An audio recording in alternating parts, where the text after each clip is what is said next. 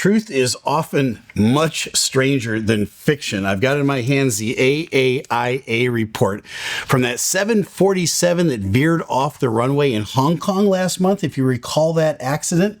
The AAIA is the Air Accident Investigation Authority that is governing over Hong Kong. They've come out with their preliminary finding, and this thing is absolutely bizarre. What happened to it. So I'm going to unwrap all of that for you as we get going forward with this. Let's do a little recap on what happened in that accident. It was United Arab Emirates, UAE, 9788 was the call sign of the aircraft. It was an ACT Air aircraft that was under a what's called a wet lease to Emirates. As they'll go out and they'll rent or they'll lease aircraft for excess capacity without actually having to go out and buy new airplanes.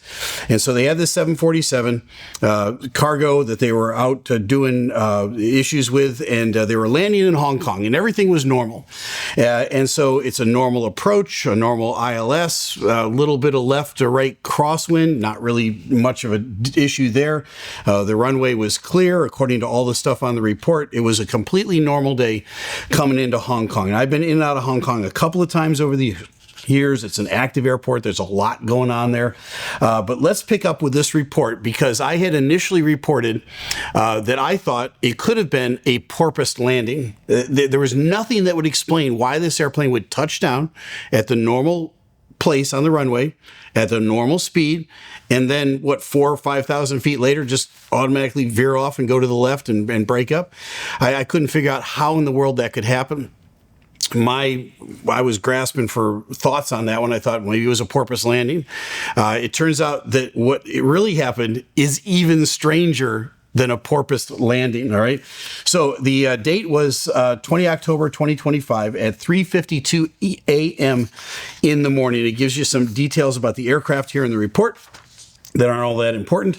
And then it gives you an overall synopsis of what happened that day. At approximately 3:52 in the morning of October 20, 2025, an ACT Airlines Boeing 747 freighter aircraft operated on behalf of Emirates under the call sign 9788 landed on runway 7 left at Hong Kong International Airport.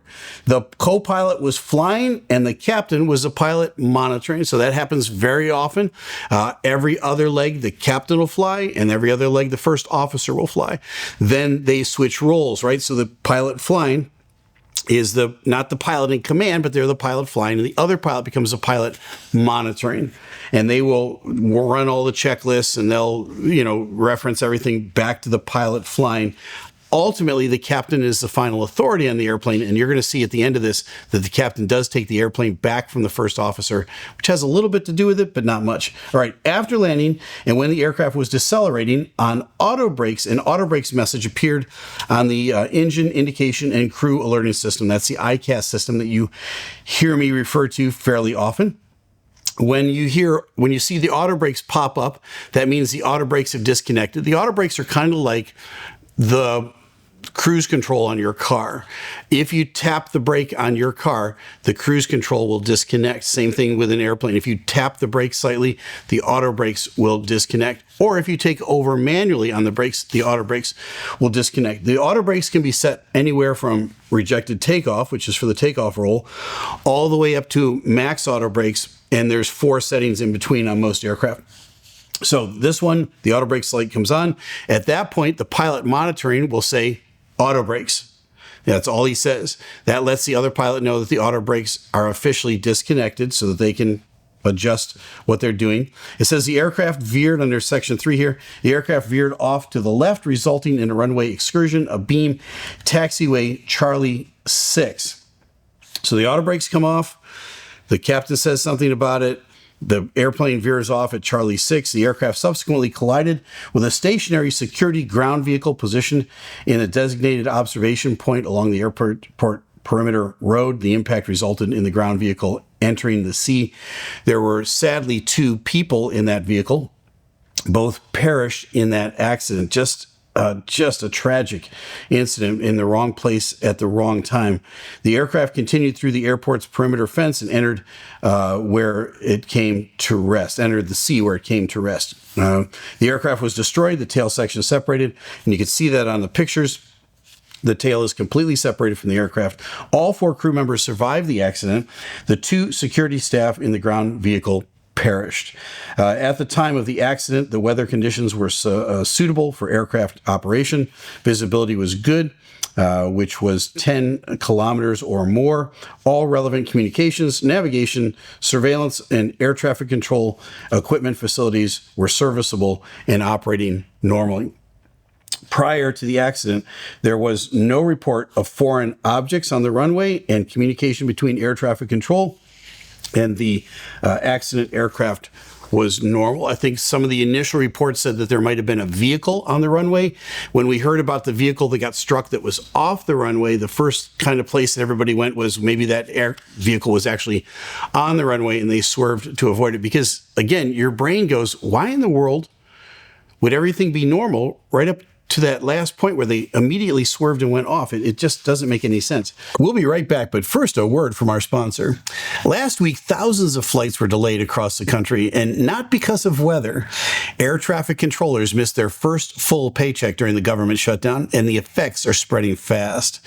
More delays are being reported nationwide, and at over 10 major airports, including Dallas, Los Angeles, and Newark, departures and even arrivals have been temporarily halted because of staffing shortages. And depending on where you get your news, you might not have even heard about it. That's exactly why I use Ground News. It's a news comparison platform that gathers and compares reporting from over 50,000 sources worldwide, so you can see how each side covers the same event and stay fully informed. Since the shutdown story broke, Ground News has tracked coverage from over 180 outlets, with 70% coming from politically centered sources and 97% rated as highly factual. But here's what's interesting. The divide in coverage wasn't about the delays or safety concerns. It was about who's to blame for the shutdown. And that matters, because bias often hides in what's left out, not just what's said. With Ground News, you get situational awareness for the news, just like pilots need situational awareness in the cockpit. My favorite feature is the blind spot feed. It highlights stories that only one side of the political spectrum is talking about. That's how you spot what you're not seeing, so you don't get caught flying blind.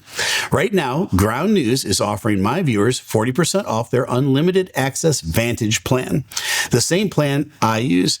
Click the link in the description, go to ground.news/Captain Steeeve, or scan the QR code to subscribe today and discover your co-pilot for clearer news. Special thanks to Ground News for being such an incredible sponsor and partner of this channel and the reporting we do. I really mean it when I say that they have helped us to bring more content to you. But moving forward, let's talk about what actually happened, all right? Because this is stranger than truth, all right? To date, on the evidence available to the AAIA, they have established this. The aircraft was dispatched with a minimum equipment list item, which included, now the MEL, the minimum equipment list, is a list of items that I have that I can go or not go with based on what the item is. And that's always on the ground. So before I dispatch or I even move the aircraft at all, I go over all my MEL items for that day. And there are some things that are what's called placardable. You can placard it and keep going with it. Maybe you have redundant items. You have 3 or 4 of the same item. You only need one to fly with, and one of them is in op. You're good to go. We just have to placard that. There was an MEL item, the hydraulic system number 1 reservoir cockpit indication issue, resolved by maintenance staff prior to the first departure of the flight day. So they had already gotten that one resolved, and so that was already signed off, so that wasn't an issue. The other MEL placarded item was the number 4 engine thrust reverser inoperative. Hang on to that, put a pin in that for right now, because we're going to circle back to that in a minute. All right. The auto brakes were set on 2. The flaps were 25 for landing. That's my preferred setting for landing. I love flaps 25. I love auto brakes on 2. And so that's what they chose for landing. ATC also advised that the wind direction was 030 at 18 knots. So just a little left or right crosswind, no big deal for 747. After touchdown, the speed brake lever extended with the appropriate crew call. So the appropriate crew call is deployed. So I have my speed brakes, which I want to deploy as soon as I get weight on wheels. So as soon as my main mounts touch down, that thing is in the arm position. You'll see it physically come back. The spoilers on top of the wings deploy. That helps kill the lift over the wings. The aircraft now settles in on those main mounts. I smoothly fly the nose gear down to the ground. The auto brakes have already kicked in. They kicked in from the moment those wheels touched and spooled up. They're already beginning to slow me down. So the spoilers are slowing me down. The auto brakes are slowing me down. I'm flying that nose wheel down to the ground. All of that stuff took place absolutely normal on this landing. So the call out from the captain would have been deployed, right? And so he says deployed, which lets the pilot flying know that the speed brake's deployed normally. Next, reverse thrust of approximately 95% N1 was selected on the number 2 and the number 3 engine, with the number 1 engine selected to idle reverse with a crew call out reversers normal. Now, why the difference on 2 and 3? It's a 4-engine airplane. So a lot of times, especially on a 747, they'll only bring the number 2 and the number 3 engine into full reverse. They'll kind of go to idle reverse on the outside engines. Why? Because you got that big swaying moment out there. Those engines are way out at the end of the wing, and if something goes wrong with one of the reversers, you don't want to veer left, you don't want to veer right. So they'll take the reverse that they get from the middle section, this 2 and 3 engine, they'll leave 1 and 4 at idle. Remember, number 4 has been placarded. It's not working. So they're not getting any reverse out of number 4, or hold on to that. An auto brakes message appeared on the ICAS display. We already know that. The auto brakes disarmed and a crew call manual braking was made. So typically, if we see that auto brakes light come on the ICAS screen, the pilot monitoring will say auto brakes.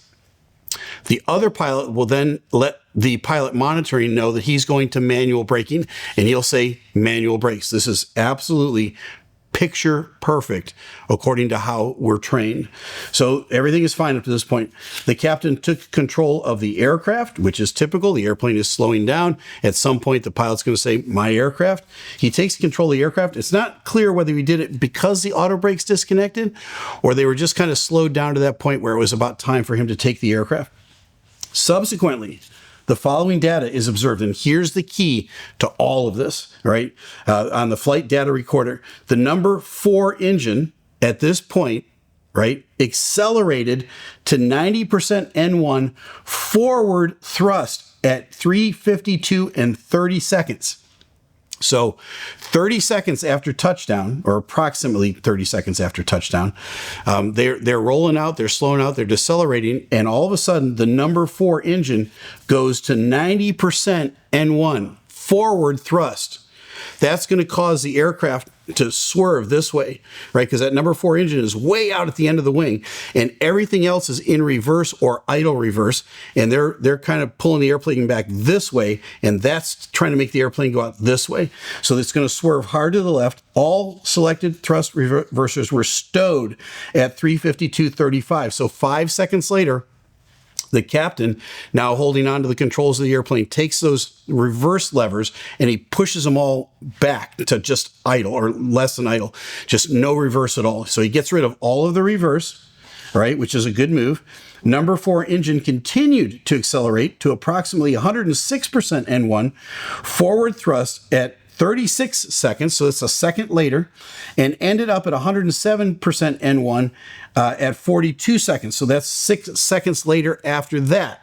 So altogether about 12 to 14 seconds, that number 4 engine spools up to 107% N1. They're getting full thrust out of that number 4 engine. The airplane is going to swerve real hard to the left at this point. Reverse thrust of approximately 92% N1 was again selected on the number 2 engine at 41 seconds after the hour. The number 1 and number 3 engine thrust reversers were also deployed, reaching reverse thrust of approximately 83%. So again, he sees it starting to depart. He probably instinctively grabs for more reverse. He's probably got all the brakes on that he can get at that point. Those thrust reverser selections occurred after the aircraft had veered off the runway. So he's already off the runway. He grabs reverse as he can. I don't know if they're aware of what's going on the number 4 engine. Right? And the reason I say that is because of what we hear next. So let me continue. All right. The auto brake selector was indicated disarmed, which it should have been. It should have disarmed itself when the auto brakes clicked off. The speed brake lever was in the flight detent, which means it was full forward, right? It wasn't all the way back, which it would be if the captain put it back, or one of the engines began to accelerate like it was going to take off. So one of the automatic features on an airplane is, let's say you touch down on the runway and you decide you need to do a touch and go. You simply begin to push the power levers, all of them, up. But any one of them, if you push it up, will take those spoilers now that are in the full aft detent, and your spoilers are fully up, and it'll stow that handle automatically. You don't even have to touch it. So I think the number 4 engine beginning to move forward and accelerate, we haven't heard that yet, but hang in there, right, is what caused those speed brakes to the spoilers to deploy, because the airplane is thinking, I think they want to go flying again. So let's get rid of those spoilers. Next, the number 1, 2, and 3 engine thrust levers were closed with reverse thrust levers selected to maximum. All right. So when they say the thrust levers are closed, the thrust lever is the part on the top that gives the engine thrust. The reversers are in front of it, and you have to grab those and pull them up separately. So it says that the thrust reversers were selected to maximum. So he's asking for maximum reverse out of this thing. The number 4 engine thrust lever was, get this, in the full forward thrust position. So it wasn't that it was just giving 107% N1 out of that engine. The actual lever itself was in the full forward position. Well, you can see that. So you've got 3 of them all the way closed out to idle, and you're pulling back the reverse on those 3. And this thrust lever, number 4, right, is now full forward. So you got 3 in reverse and 1 full forward. The head scratcher with this is, did they not see that? What? I flew a 4-engine airplane.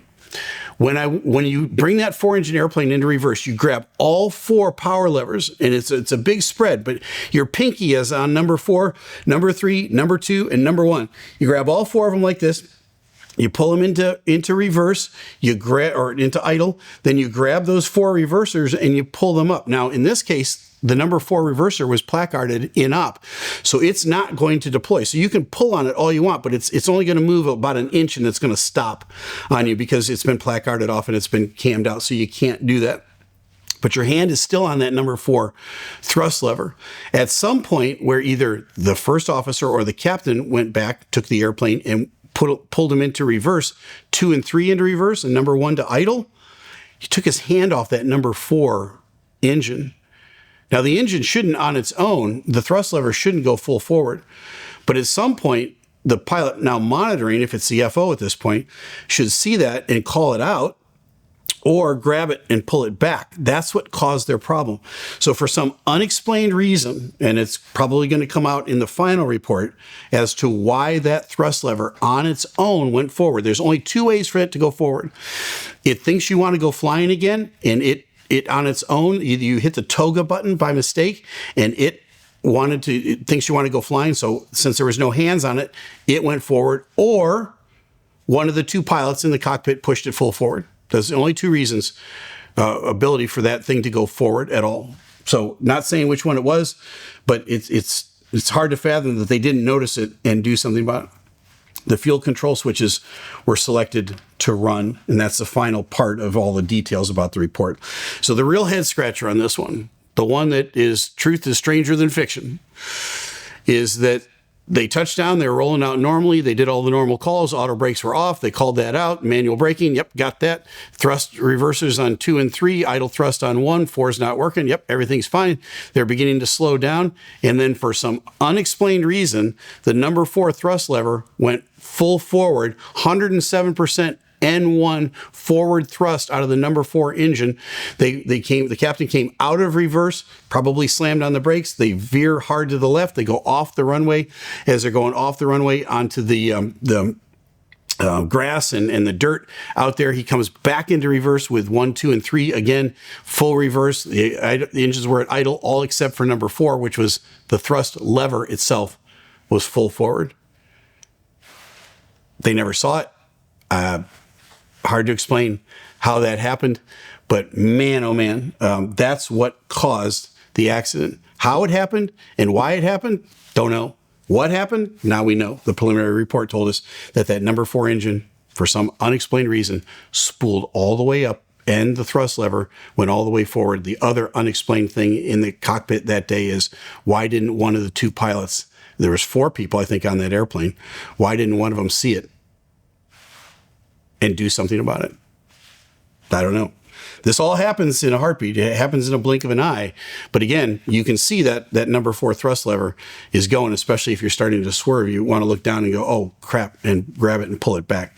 But that's not what happened. Unfortunately, 2 lives were lost in the security vehicle. The 4 pilots were able to emerge from the aircraft unscathed. And again, lots of more questions now than answers from this report. But this is the official version of what happened. The number 4 engine thrust lever went full forward, 107% N1 out of that engine. That's what caused the swerve. You saw the damage to the aircraft after that. Well, I'm looking forward to more details about this in the future. And as soon as we get them, we will come back and we will report to you on that. But now you know. I'm Captain Steeeve. Fly safe.